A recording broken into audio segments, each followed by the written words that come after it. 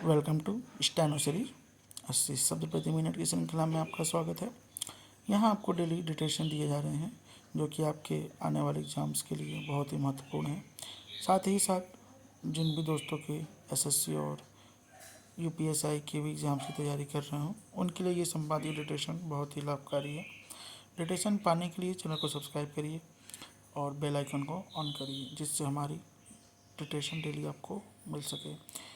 Detection लिखने के पश्चात उसकी हिंदी ज़रूर बनाएं और उसके बाद उसे डिटेक्शन के मैटर से चेक करें जहां आपकी गलतियां हैं और कहाँ नहीं हैं। गलतियों की एक वीडियो अपलोड की जाएगी जिससे आपको समझ में आए कि गलतियां कैसे काउंट होती हैं। डिटेक्शन स्टार्ट होगी 5 सेकेंड। Ready start. पश्चिम एशिया में शांति के लिए अमेरिका को किसी ऐसे विश्वसनीय मध्यस्थ की तलाश करनी चाहिए जिस पर ईरान पूरा भरोसा कर सके। मौजूदा हालात में अमेरिका और ईरान के बीच भरोसे की इतनी कमी हो चुकी है कि बिना किसी विश्वसनीय मध्यस्थ के सार्थक वार्ता संभव नहीं दिखती। पहली समस्या यही है कि अमेरिका के बयानों और कदमों में एक रूपता नहीं दिखती। एक तरफ वह युद्ध विराम का प्रस्ताव देता है, दूसरी तरफ उसके पुराने रुख व दबाव की नीति ईरान को उस पर भरोसा करने से रोकती है। ऐसे में ईरान द्वारा प्रस्ताव का मजाक उड़ाना केवल प्रतिक्रिया नहीं बल्कि अविश्वास का संकेत है। दूसरी ओर एक निष्पक्ष मध्यस्थ की कमी साफ दिखाई देती है।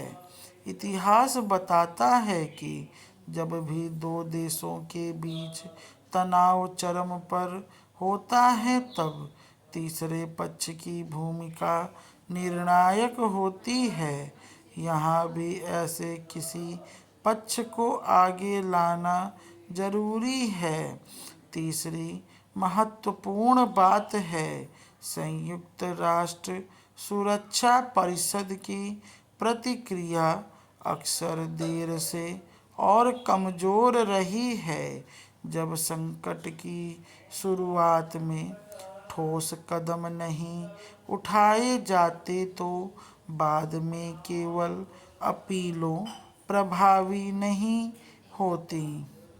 इससे प्रभावित पक्षों में असंतोष और अविश्वास बढ़ता है, जैसा कि ईरान के बयान से स्पष्ट है।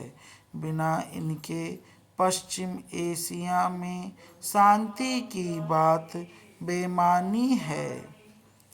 डोनाल्ड ट्रंप की ओर से पेश किए गए युद्ध विराम प्रस्ताव का ईरान ने जिस तरह उपहास उड़ाया वह इस बात का संकेत है कि कूटनीतिक स्तर पर दोनों पक्षों के बीच कोई ठोस आधार नहीं बन पाया है।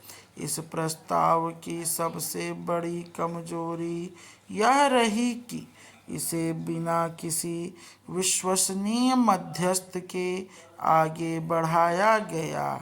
आमतौर पर ऐसे संवेदनशील मामलों में संयुक्त राष्ट्र या अन्य निष्पक्ष देशों की भूमिका अहम होती है, जिससे दोनों पक्षों के बीच विश्वास कायम किया जाता है।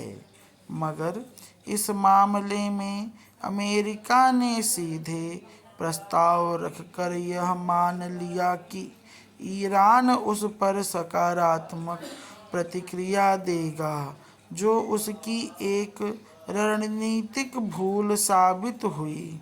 दूसरी ओर ईरान ने भी अपनी 5 शर्तें रखकर यह स्पष्ट कर दिया कि वह अब दबाव की रणनीति में नहीं फंसने वाला।